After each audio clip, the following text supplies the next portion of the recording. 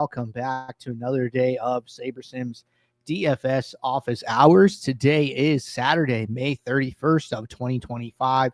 Looking ahead here, I was looking at the schedule for the weekend. There's just a ton of DFS action going on all weekend here. We have MLB, we have NBA, we have golf, we have MMA, we have Formula One, we have League of Legends, we have UFL, we have NASCAR. If you guys aren't signed up with us, we do have a 5-day no strings attached free trial. I always recommend getting started on the weekend. You get access to all the weekend sports, and then that takes you into the middle of the week. But for more details on that, check out the link in the description below. Aside from that, for those of you who are new here, welcome. My name is Andrew. I'm one of the coaches over here at SaberSim. This is a show where we go over how to use the SaberSim app, answer any and all DFS related questions. If you have questions, a couple different ways to get your questions in the queue. Number one, you can send us an email, support@sabersim.com. 2, you can post it in the office hours channel in our Discord server. Or 3, you can post it here in the YouTube chat. If you're not in the Discord and want to get access to the office hours channel, there is also a link in the description to access the Discord. You also get access to our similar channels, individual sport channels, and you get access to the rest of the SaberSim team. Just can't say enough good things about the Discord. But with that said, we do this show Monday through Friday, 4 p.m. Eastern, and then we do this show here on Saturdays at 12:30 p.m. Eastern. So you can tune in any one of those days, get your questions answered. Appreciate you guys hanging out with me on a Saturday morning or afternoon, depending on where you are at. But with that said, let's get SaberSim up here. Did have a good question to get us started. This one came in from support. So the question said, hello, I've started to take down some of the smaller contests and want to start prepping to enter the big boy contests over $3 entries. What elements should I start studying and working on to be competitive in those? Team stacks, percentiles, filters with a bunch of question marks. So this is a really good question, right? Let's say you start out with like a smaller bankroll, right? You're hammering a lot of the low stakes contests. And then, you're doing what you expect to do, right? You start to win. You start to grow your bankroll. It's like, hey, I'm playing these smaller contests. I'm running out of them. Right now, I need to, start to get into some of the higher stuff. It could be a little intimidating, right? Now you're going to be playing with all the sharks that we always talk about and things like that. And I think that this thinking is a little bit of a trap, which is why I think this is a really good question. Sometimes people are like, oh, I'm doing something new. I have to do something different, right? But if you think about it, the things you are doing have caused you to become a winning player and grow your bankroll. You shouldn't abandon all of those principles just because you're playing in different contests. Your competition will be tougher for sure. But my point is, don't throw out everything you've already been doing, right? So where I would probably start is I would probably do a couple different things, okay? If you're going to start entering bigger contests, one is, let's say you're playing, 5% of your bankroll, right? Just as an example. Well, when you start to enter the bigger stuff, I would probably scale down first, just putting in a couple entries at a time. Like, hey, maybe you can afford to put in, 20 entries into the $5. Okay, well, maybe let's start with 10 and let's see how your lineups do, right? So you enter like the first day, you enter 10 lineups, and then you go back to contest flashback, and you're like, okay, well, how did my lineups actually do in this higher stakes contest, right? And then so like I would go back to the 30th. We'd go to, where's main slate? DK main. I'm just using like the $5 as like an example.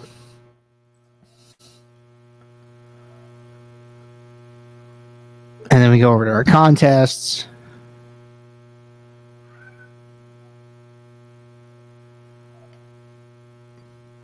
And then we find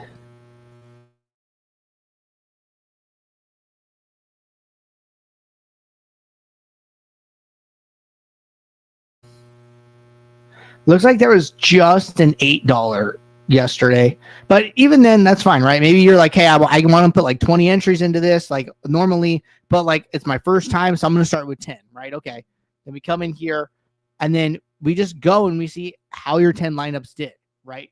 So then, okay, we pull up the flashback results, go over to users, and then we set entries greater than or equal to 10, right? And we want to look at other people who entered 10 or more. And then we see how your lineups did, right? And you're like, okay, even in this higher stakes contest, I'm positive ROI, but maybe I'm a little bit lower in the standings than I normally am, right? Maybe I'm like around 10% sim ROI, but some of these other users are, in like the 20s and 30s, right? Well, now you have the opportunity to study these players, right? Okay, well, I'm going to study the players who are grading out well in this contest to see what they did and what they did differently, right? So you're exposing yourself to these bigger contests. We had a Millie Maker winner, and he entered 5 lineups in the $20 NFL 150 max. And I remember watching the interview that Andy did with him, and he was like, yeah, I was tracking my scores and how my lineups were doing in the smaller contests and comparing them to the bigger ones. And I was like, these lineups actually, with the process I'm using in the lower stuff, these lineups are getting high scores and they have a shot in some of these bigger ones. I'm just going to try and enter 5 lineups at a time, right? He was basically allocating $100 to the Millie Maker and then still continuing to play the other stuff, right? That obviously ended up working for him, right? He ended up winning the Millie. I think that's like an awesome approach to take. Like, hey, how are my lineups doing in my smaller stuff? Comparing it to the bigger stuff. Do I think my lineups would do good in this? Yes or no? Okay, then let's trial run it, right? Let's trial run it with just a handful of lineups and then see how they do, and then figure out if we want to scale it from there. And then if you're not grading out well, okay, great. Well, now you can focus your flashback kind of study on these bigger contests and what these other players are doing, and see how your lineups are grading out, right? So that's what I would be like doing here, is taking my process, basically doing like trial runs. Either you could do a trial run before you even enter it, right, and just kind of compare, or just build some lineups and see how they do. Or you could just enter a handful of lineups and then decide to scale it from there, right? But the idea here is don't throw your process out the window. Take your process, see how it does, and then study winning players and see like, okay, well, I'm entering lineups and my sim average scores is, closer to like 92. And a lot of these players are 96, 97, 98. I obviously need to do something for the sim average score. So I can't, it's hard to say like, oh yeah, you should do this and you should do that, because, some players need to do that. Some players don't, right? Some players, maybe their salary's too low. Some players, maybe their projection's too low. Some players, maybe their correlation, their stacks aren't, big enough, right? So everybody kind of differs. You got to kind of trial run and see how it goes. But that's what I would be doing. So I think we covered it. I don't want to talk in circles too much here. If there's any follow-up on that, let me know. But what I can definitely say is good luck in, stepping up stakes and trying to continue to grow your bankroll. It's cool stuff. All right.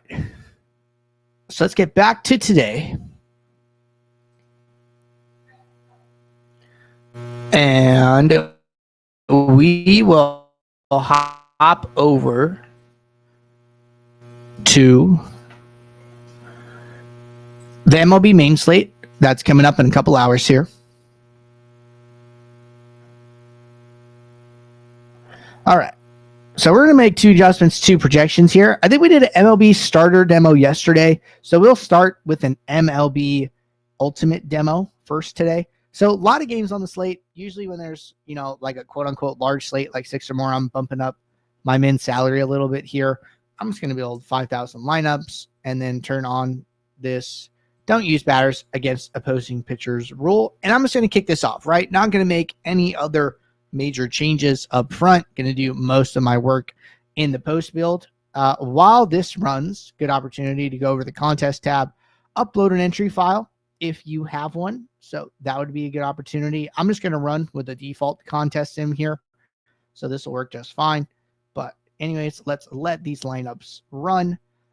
We will act as if we are building 150 lineups here. Kind of like to do the 150 lineup demo on Ultimate.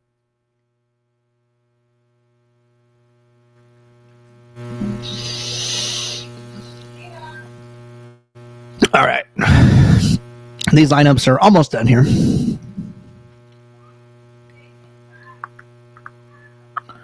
And this is like right on the edge, so I'm just going to click stop.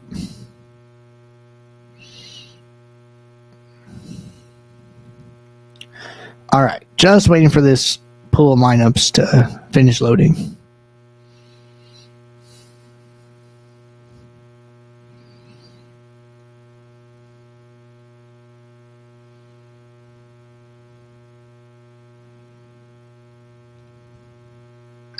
And then after this, I think we'll do a starter demo. I don't know what sport yet. Haven't decided. Maybe some NBA showdown. All right. Lineups are finally loaded. Contest sim should auto kick off here, which is great. I'm going to sort by exposure.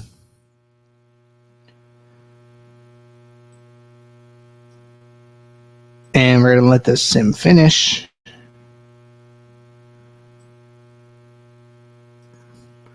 Cool. So it's auto switching to our contest sim ROI, which is great. I'm going to change the number of lineups from 20 to 150.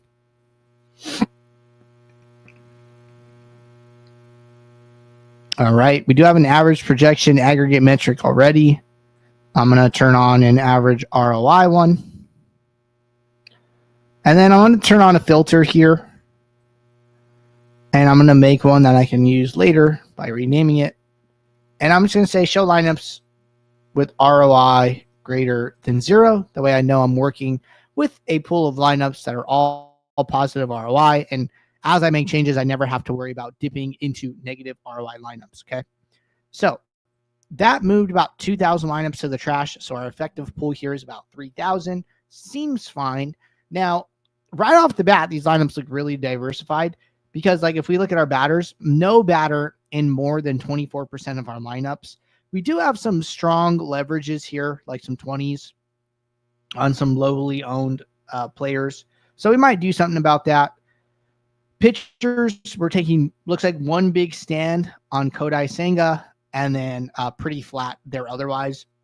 But just looking at this by itself, you know, I think some of these batter leverages are a little high. So I'm going to start bumping up my uniques to try and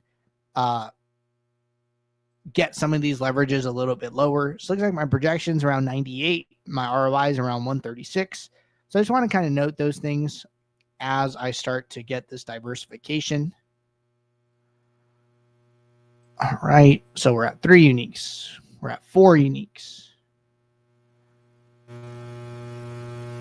And everything's still looking pretty good. See, our leverages are starting to flatten out, and we've only sacrificed about 9% ROI to this point. So now we've gone about 20% ROI down. Our projection still looks fine. And now look at our leverages, right? Our highest leverage is 13%, followed by 12%, and a bunch of single digit across the board. So this feels a lot better. It's a lot flatter. You know, we're spreading out here. Right? When we were at 1 unique, we had, oh, this is interesting, right? We had 148 batters, and then I think we were at 5. It's 5. So we had 148 batters with a lot of leverages, and then at 5 uniques, we have 154 batters. So we only added 6 batters, but our leverages are a lot flatter. So just spreading out across the batters that we already had exposure to. So this seems really good to me, right? So I like this personally. Now,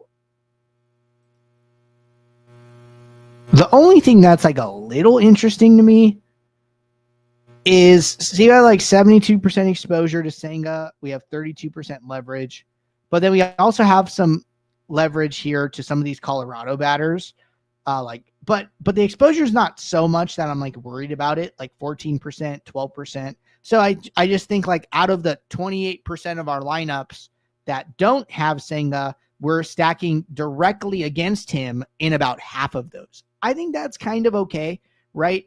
He is a high owned pitcher today, and we're basically saying, okay, we think he's going to do good, which is why we're positive leverage on him. But in the event that he doesn't do good, the batters that he's facing are probably going to be low owned. So we want to kind of stack directly against him. So it's a little bit of like a hedge, but it's not like 100% of our lineups are all kind of focused around that scenario. So I think this is okay to like do this like small hedge with like 14%, right? So I think that's okay. I think probably Colorado is, where's Colorado? We have him in like 14% of our lineups. So it seems okay to me. You could adjust it down if you want. I kind of like it. So now that we've managed our batters, right? We're pretty happy with this batter exposures. I'm still okay with the stand on Senga. Just kind of spot checking things, right? Okay, we saw like a lot of correlation, 5-2, 4-3, 5, 5-3, 4-2, or like dominating our stack exposures. Team stacks, nobody stacked more than 19% across the board. This all feels really good to me, and I would be happy with these lineups at this point. I don't really feel like I need to make any more changes. You can if you want to. If you want to go further with uniques, if you want to move Senga down, if you want to move the Rockies down, like go for it. It's all personalization at this point. But this is how I would be building MLB lineups on Ultimate for today. All right. Good stuff there.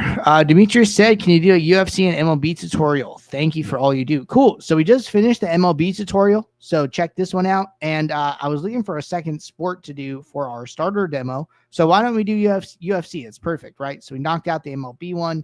Let's jump over to MMA.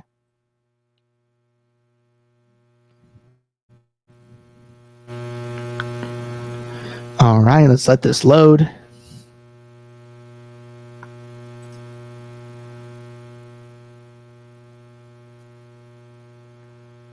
Cool. So MMA, right?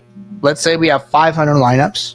I like to lower minimum salary a little bit, right? Just to allow the builder to build some lineups with lower salaries that they're still using slate optimals, right? They're still taking one fight of or one instance of each fight on the slate and then playing it out and doing a slate simulation. So if some of those come in with the lower salary, that's actually probably good for your duplication rates, right? Is to have those lineups. So I like to lower minimum slightly here. We can see the sliders. It says 210, but these fighters are super negatively correlated. And I usually turn on the don't use opposing fighters rule. The only time I would leave that off is if we had a really small fight slate, like 7-8 games or something, 7 or 8 fights. This is actually kind of small. 1, 2, 3. 15, 16, 17, 18, 19, 20. So this is kind of interesting, right? It looks like multiple fights here, or at least one fight was canceled. So this is actually a 10 fight slate. Okay. I might actually leave the rule off here and just see what SaberSim kind of does. There's going to be instances where basically the smaller the slate, the more willing you should kind of be to fight stack. Now, I'm not saying like you should like try and jam fight stacks, but the other thing, right, is most people are building with this rule.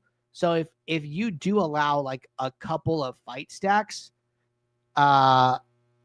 you would probably increase your chances of like being unique. So I'm not saying we're targeting them, but you know, I always like this kind of concept of like we let it come up at the rate that the sims say it's optimal. It's like, okay, yeah, fight stacks more often than not aren't good, but maybe they're good like 2% of the time. Well, if 2% of your lineups have a fight stack, that's probably more than the field does. So I think it's okay to like allocate 2% of your lineups to fight stacks. You know what I'm saying? So I think that's pretty good. Aside from that, so let's leave the rule off. Let's make 2 small adjustments to projections.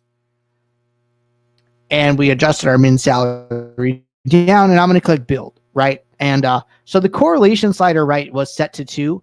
If we pull up any of these fighters, well, basically, whenever this would load, it would show that the 2 fighters are like highly negatively correlated. So what correlation slider does, right, is it amplifies the effect of the baseline correlations. So it makes it where it helps players who are positively correlated to be in more lineups together.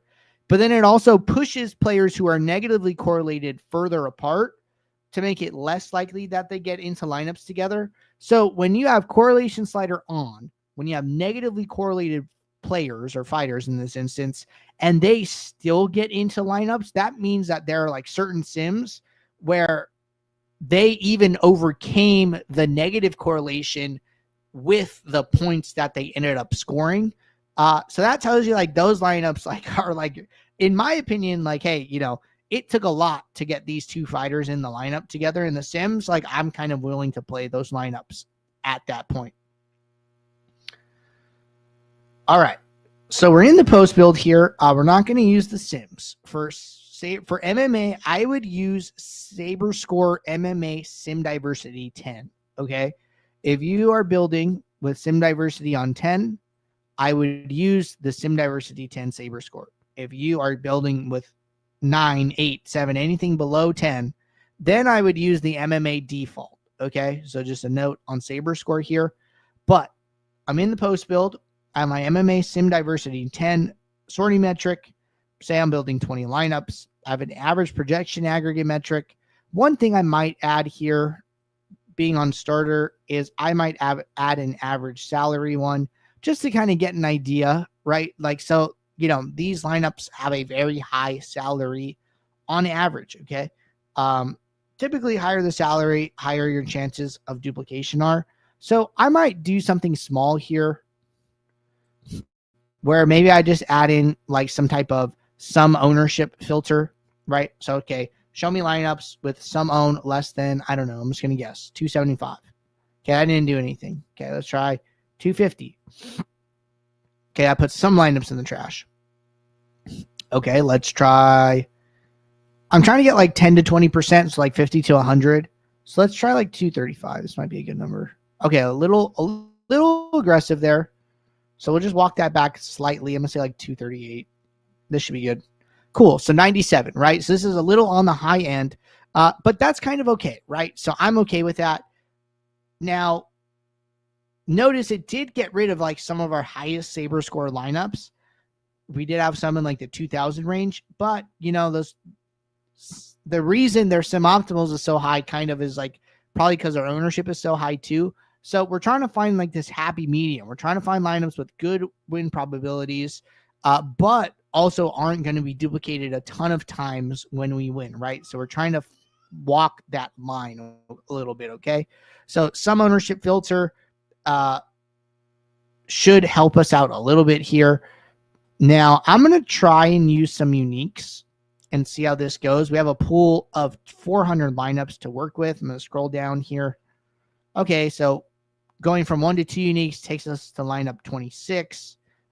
What was my projection? My projection at start was 453. So going down to 2 brings us down to 447. That is kind of a jump. Going to 3 brings us to 437. Our leverages are really, really flat here, right? And our average salary has come down a little bit. So I think any of these are like viable. 3 feels okay. 2 feels okay. Even 1 feels okay if you're okay with like a lot of risk here. Like, yeah, we have 100% Goff, but he's projected to be owned 56% of the time. We have 90% Blanchfield, but they're projected to be owned 64% of the time, right? So you don't actually have that much leverage on these fighters when it's all said and done. But some people are like, hey, I never want to have, 100% of a person or whatever. Okay, then, you bump this up.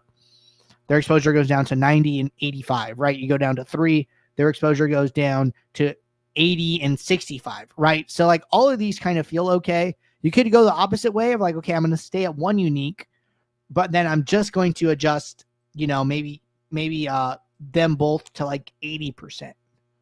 Okay, I go 80. I don't make any other changes to the other fighters because I'm okay with all their leverages. And then now, this should help a little bit. Okay, let's just try the 90. So I end up having to go 90-80 here. And one, it preserves more projection, but two, I do still get their leverages down into like the 20% range. So that kind of seems okay. But this is like another way to think about it where you're not using the uniques. Usually if you use the uniques, the jumps with aggregate metrics can be a little bit greater. So I'm going to try and just use some individual exposures to manage them and get them all in like a range that I'm comfortable with, maybe like 20 to 30% leverage, and be happy with that. So we have the sum ownership filter on. We've capped some exposures, and we had, previously lowered the minimum salary, and I'd be happy with this, right? And we also allowed opposing fighters into lineups. Now, I'm not sure if we're going to see any, but, they could be out there, and we're basically saying we're okay with that happening. So that's what I'd be doing here, building lineups for MMA on Starter. Chris said, how's it going, bro? I won on Tuesday, OKC, Minnesota, 8,700, got first place, but first place split the pot. So if I hit 1 million, I send it to this Discord. Do I get a Rolex? Yeah. So if you win a solo Millie Maker, you do get a Rolex. That is part of our winner circle promotion. Let me pull that up. But first off, congrats on the win. I know we've been talking a lot of NBA Showdown. 8,700 is a nice score for sure. All right. So our winner circle promotion, you can find it here under sabersim.com/winner circle. I'll drop this here.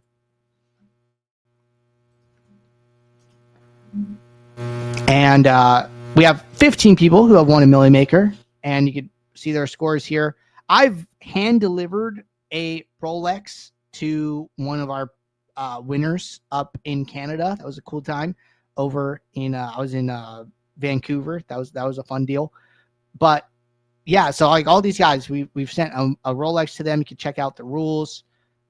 Just follow these rules, and you'll be eligible for the prizes.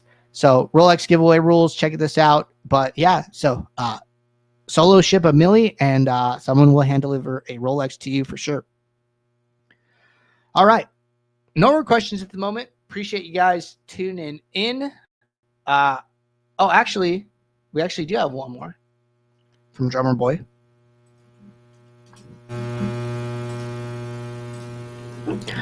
Question says, sorry this has been discussed already, but is there a way to get the MVP and utility ownerships to be different for NBA Showdowns on FanDuel?